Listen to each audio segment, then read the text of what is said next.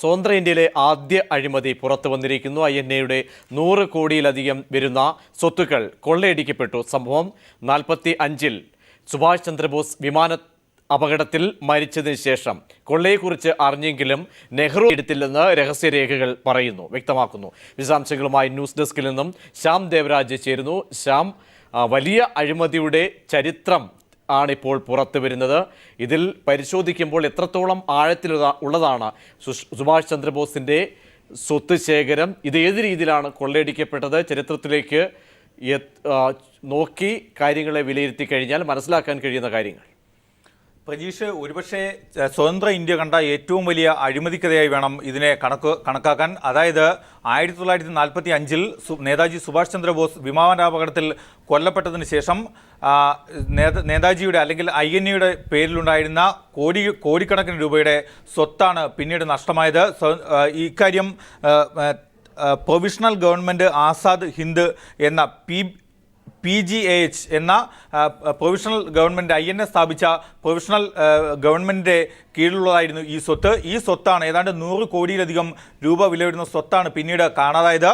ഇത് കൃത്യമായി രേഖകൾ പറയുന്നത് 1947-നും 1953-നും ഇടയ്ക്കുള്ള കാലഘട്ടത്തിലാണ് ഇത് കാണാതായത്. നെഹ്റു സർക്കാരിന് ഇക്കാര്യത്തിൽ തുടരെ നിർദ്ദേശങ്ങൾ, അതായത് ഈ സ്വത്ത് നഷ്ടപ്പെടും എന്ന കാര്യത്തിൽ മുന്നറിയിപ്പ് ലഭിച്ചിരുന്നു. എന്നാൽ നെഹ്റു ഗവൺമെൻറ്, ഈ സമയം ഇന്ത്യ ഭരിച്ചിരുന്ന നെഹ്റു ഗവൺമെൻറ് ഈ മുന്നറിയിപ്പ് അവഗണിക്കുകയായിരുന്നു.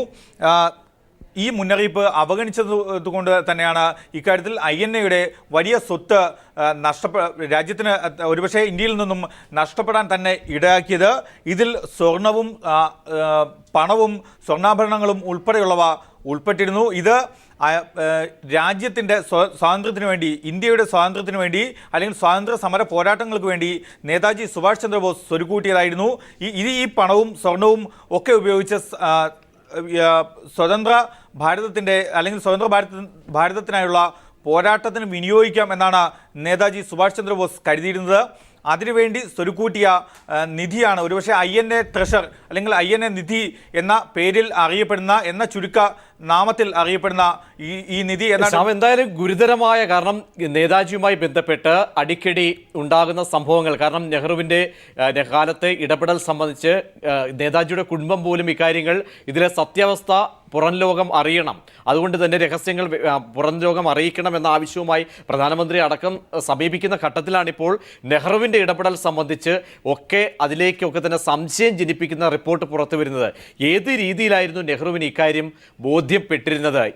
ഏത് രീതിയിൽ നെഹ്റു അറിഞ്ഞു ഇത്തരത്തിൽ കൊള്ള അടിക്കപ്പെടും, അല്ലെങ്കിൽ ഈ സാഹചര്യങ്ങളൊക്കെ തന്നെ എങ്ങനെയാണ്? ഏതെങ്കിലും റിപ്പോർട്ടിൻ്റെ അടിസ്ഥാനത്തിലാണോ, രഹസ്യ അന്വേഷണമായിട്ടുള്ള അല്ലെ ഏജൻസികളുടെ നേതൃത്വത്തിൽ ഏത് രീതിയിലാണ് നെഹ്റുവിന് ഇത് അറിയാമായിരുന്നത്? അറിഞ്ഞിട്ടുകൂടി ഇക്കാര്യം ബോധപൂർവം അദ്ദേഹം മറച്ചു വയ്ക്കുകയായിരുന്നു. എന്താണ് ശരിക്കും ഇപ്പോഴത്തെ സാഹചര്യത്തിൽ ചേർത്ത് വായിക്കുമ്പോൾ ഗൂഢാലോചന വെളിവാകുന്നത്? പ്രജീഷ്, ഇക്കാര്യത്തിൽ ഏറ്റവും പ്രധാനപ്പെട്ട കാര്യം 37 ഫയലുകളാണ്, രഹസ്യ ഫയലുകളാണ് കേന്ദ്ര സർക്കാരിൻ്റെ കൈവശമുള്ളത്. ഇതിൽ ഒരു ഫയലിൻ്റെ വിശദാംശങ്ങൾ മാത്രമാണ് ഇപ്പോൾ പുറത്തു വന്നിട്ടുള്ളത്. ഇതിൽ ഏറ്റവും പ്രധാനപ്പെട്ട കാര്യം, ഈ സമയത്ത്, അതായത് 1947-നും 1953-നും ഇടയ്ക്കുള്ള സമയത്ത് വിദേശകാര്യ മന്ത്രാലയത്തിൽ അണ്ടർ സെക്രട്ടറി ആയിരുന്ന RD സേത്ത് ആണ് ഇക്കാര്യത്തിൽ തുടർച്ചയായ മുന്നറിയിപ്പുകൾ നെഹ്റു സർക്കാരിന് നൽകിയത്, നെഹ്റു ഗവൺമെൻറ്റിന് നേരിട്ട് കത്തെഴുതിയത്. ഈ സമയത്ത് പ്രധാനമന്ത്രി പദവിക്കൊപ്പം വിദേശകാര്യ മന്ത്രിയുടെ പദവി കൂടി, അല്ലെങ്കിൽ ആ സ്ഥാനം കൂടി നെഹ്റു കൈവശം വെച്ചിരുന്നു. ഇതുകൊണ്ട് തന്നെയാണ് വിദേശകാര്യ മന്ത്രാലയത്തിലെ അണ്ടർ സെക്രട്ടറി ഇത്തരമൊരു അറിയിപ്പ് നെഹ്റുവിന് നേരിട്ട് നൽകിയത്. പലതവണ ഇത്തരത്തിൽ മുന്നറിയിപ്പ് നൽകിയിരുന്നു. എന്നാൽ ഈ മുന്നറിയിപ്പുകളെല്ലാം നെഹ്റു അവഗണിക്കുകയായിരുന്നുവെന്നാണ് ഇപ്പോൾ പുറത്തു വന്ന ഈ രേഖകൾ വ്യക്തമാക്കുന്നത്. ഫയൽ നമ്പർ 23, 11, 56, 57 എന്ന ഫയൽ നമ്പർ ആണ് ഇപ്പോൾ പുറത്തു വന്നിട്ടുള്ളത്. ഇതിൽ ഏറ്റവും പ്രധാനപ്പെട്ട കാര്യം, 1945-ൽ നേതാജി കൊല്ലപ്പെടുമ്പോൾ നേതാജിക്കൊപ്പം 11 കിലോയോളം സ്വർണം ഉണ്ടായിരുന്നു. ഈ സ്വർണം ഇപ്പോൾ ദില്ലിയിലെ നാഷണൽ ആർക്കൈവ്സിൽ ഉണ്ട് എന്നും ഈ രേഖകൾ കേന്ദ്ര സർക്കാരിൻ്റെ കൈവശമുണ്ട് എന്നും രേഖകൾ വ്യക്തമാക്കുന്നുണ്ട്. ഇത് അടക്കമുള്ള കാര്യങ്ങളാണ് ഇപ്പോൾ പുറത്തു വന്നിട്ടുള്ളത്. എന്തായാലും RD സേത്ത് നിരവധി തവണ നെഹ്റുവിന് നേരിട്ട് മുന്നറിയിപ്പ് നൽകിയിരുന്നു. അണ്ടർ സെക്രട്ടറി ആയിരുന്ന വിദേശകാര്യ മന്ത്രാലയത്തിലെ അണ്ടർ സെക്രട്ടറി ആയിരുന്ന RT സെയ്ദ് ഇക്കാര്യത്തിൽ നിരവധി തവണ പ്രധാനമന്ത്രിയായിരുന്ന നെഹ്റുവിന് മുന്നറിയിപ്പ് നൽകിയിരുന്നു. സ്വത്തുക്കൾ കൊള്ളയടിക്കപ്പെടും എന്ന കാര്യത്തിൽ ഒരുപക്ഷെ നെഹ്റു ഇക്കാര്യം മുൻകൂട്ടി അറിഞ്ഞിട്ടും ഇക്കാര്യത്തിൽ നടപടിയെടുത്തില്ല എന്നതാണ് ഏറ്റവും പ്രധാനപ്പെട്ട കാര്യവും. ഒരുപക്ഷെ സ്വതന്ത്ര ഇന്ത്യ കണ്ട ഏറ്റവും വലിയ കൊള്ളയടിക്കാണ്, അല്ലെങ്കിൽ അഴിമതിക്കോ ഒരുപക്ഷെ കൊള്ളയടിയാണ് ഇപ്പോൾ പുറത്തു വരുന്നത്. നേതാജിയുടെ കുടുംബം അടുത്ത സമയത്ത് പ്രധാനമന്ത്രി നരേന്ദ്രമോദിയോട് നേരിട്ട് ആവശ്യപ്പെട്ടിരുന്നത് ഇക്കാര്യത്തിലുള്ള നേതാജിയുമായി ബന്ധപ്പെട്ട ഫയലുകൾ, രഹസ്യ ഫയലുകൾ പുറത്തുവിടണം എന്നതായിരുന്നു.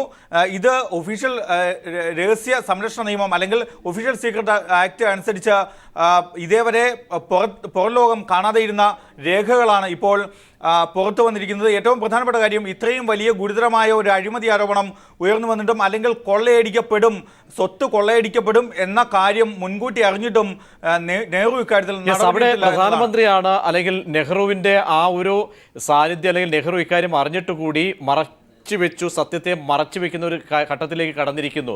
ബിംബങ്ങൾ പോലും ഇതിൻ്റെ രഹസ്യങ്ങൾ, ഇതുമായി ബന്ധപ്പെട്ട രഹസ്യങ്ങൾ പൂർണ്ണമായും പുറത്തു വരുന്നെങ്കിൽ നമ്മൾ കോൺഗ്രസിലെ ബിംബങ്ങൾ പലതും ഉടയ്ക്കപ്പെടും അല്ലെങ്കിൽ ഉടഞ്ഞു പോകുന്ന തരത്തിൽ അടക്കം വ്യാഖ്യാനിക്കപ്പെടുന്നു. ഇപ്പോൾ ഈ സാഹചര്യത്തിൽ നെഹ്റുവിൻ്റെ നേതാജിയുടെ തിരോധാനവുമായി ബന്ധപ്പെട്ടൊക്കെ ചേർത്ത് വായിക്കുമ്പോൾ ഇപ്പോൾ പുറത്തു വരുന്ന ഈ സാഹചര്യങ്ങളും ഈ വാർത്തകൾക്കും എന്തെങ്കിലും ബന്ധമുണ്ടോ? കാരണം ഇപ്പോഴത്തെ സാഹചര്യത്തിൽ BJP അടക്കം ഇതിനെ ഒരു ആയുധമാക്കില്ലേ? കോൺഗ്രസിന് എത്രത്തോളം ഈ കാര്യങ്ങളോട് ഒരു മറുപടി നൽകാൻ കഴിയും? എങ്ങനെ ഈ കാര്യങ്ങളെ വിശകലനം ചെയ്യപ്പെടാൻ നമുക്ക് ചെയ്യേണ്ടി വരും?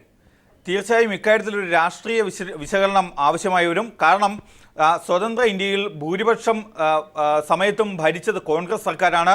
ഇതിൽ ചുരുക്കം മാത്രമാണ് NDA അല്ലെങ്കിൽ മറ്റേതെങ്കിലും സർക്കാരോ ഭരണത്തിൽ ഏറിയിട്ടുള്ളത്.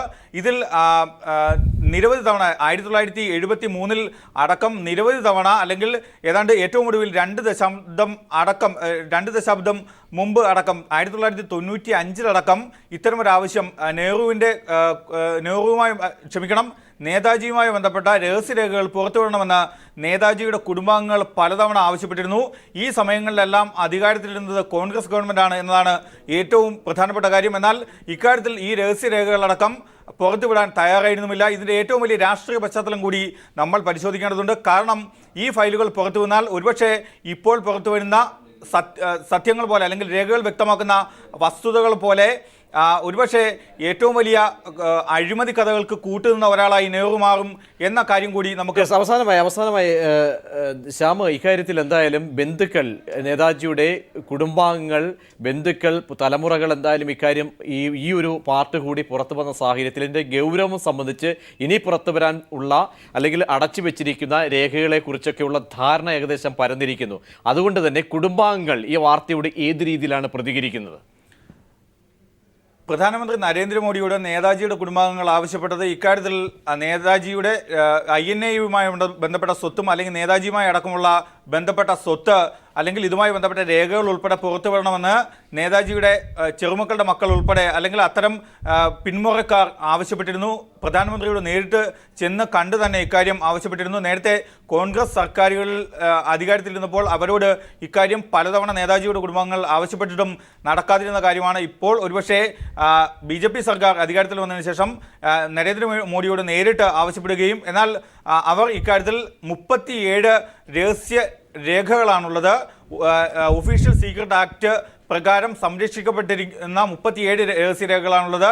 ഇതിൽ ഒരു രേഖ മാത്രമാണ്, ഒരു ഫയൽ മാത്രമാണ് ഇപ്പോൾ പുറത്തു വന്നിട്ടുള്ളതും. എന്നാൽ ഈ രേഖ പുറത്തു വരുമ്പോൾ തന്നെ ഇതിന്റെ രാഷ്ട്രീയ പശ്ചാത്തലം കൂടി, അതായത് വ്യക്തമാണെന്ന് ശ്യാം ദേവരാജാണ് വിവരങ്ങൾ ഇത് സംബന്ധിച്ച പുറത്തു വരുന്ന വാർത്തകൾ സംബന്ധിച്ച പൂർണ്ണ വിവരങ്ങൾ നൽകിയത്. സ്വതന്ത്ര ഇന്ത്യയിലെ ആദ്യ അഴിമതിയാണ് ഇപ്പോൾ പുറത്തു വന്നിരിക്കുന്നത്. INA-യുടെ 100 കോടിയിലധികം വരുന്ന സ്വത്തുക്കൾ കൊള്ളയടിക്കപ്പെട്ടു. സംഭവം 45-ൽ സുഭാഷ് ചന്ദ്രബോസ് വിമാനാപകടത്തിൽ മരിച്ചതിന് ശേഷമാണ്. കൊള്ളയെക്കുറിച്ച് അറിഞ്ഞിട്ടും നെഹ്റു നടപടിയെടുത്തില്ലെന്നതാണ് ഇതിലെ ഏറ്റവും സുപ്രധാനമായ ഗൗരവമേറിയ വിഷയമായി ഇത് മാറുന്നത്.